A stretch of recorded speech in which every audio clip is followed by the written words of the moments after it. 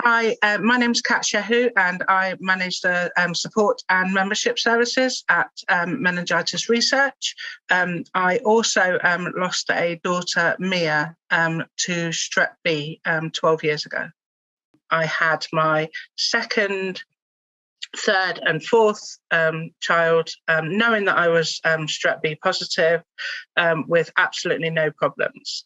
I then fell pregnant with my fifth child, Mia, and everything was fine until 21 and a half weeks, and I kept feeling like I was losing fluid.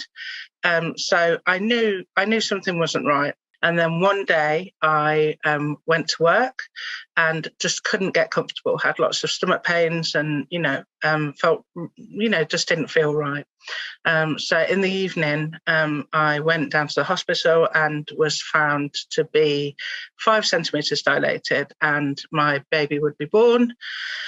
And the doctor had the unenviable task of telling me that the baby wouldn't be able to be saved. One thing I remember was sitting in the hospital before I had her, and my partner at the time had gone to go and get a coffee or something. And I remember just looking in the mirror, knowing that I was going to have to birth this baby that was going to be born alive, but was going to die in front of us.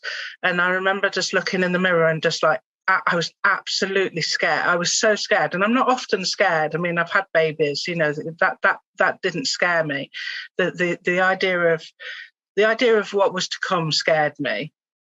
And I remember just being absolutely heartbroken, just absolutely heartbroken. I found that, some days I really didn't want to talk to anyone, and that's okay. And some days I actually needed to talk to people. So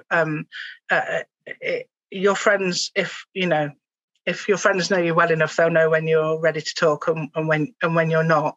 And friends and family are quite important, but in the grieving process, of course they are. But I was always conscious of the fact that they were grieving too.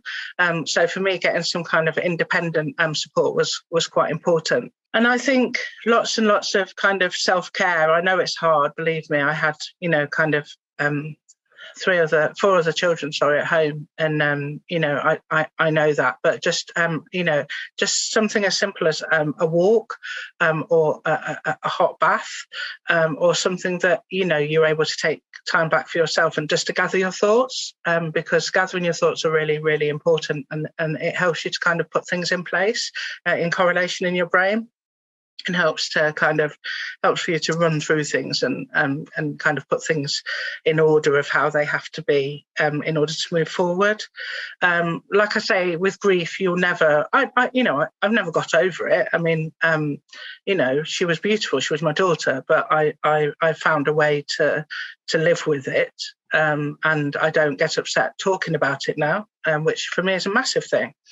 So we keep her memory alive. On the 4th of February every year, we light a candle, and we all remember that day as a family. But we managed to put it in its place. And when we go back to Leicester to visit family, we tend to the grave, that kind of thing. But I can talk with hindsight because I'm now 12 years on. In those early days, I didn't maybe think I would ever get to the point where I could just talk about Mia and not be upset. So time is a healer, and that may sound corny, and it's a very old saying, but it is true.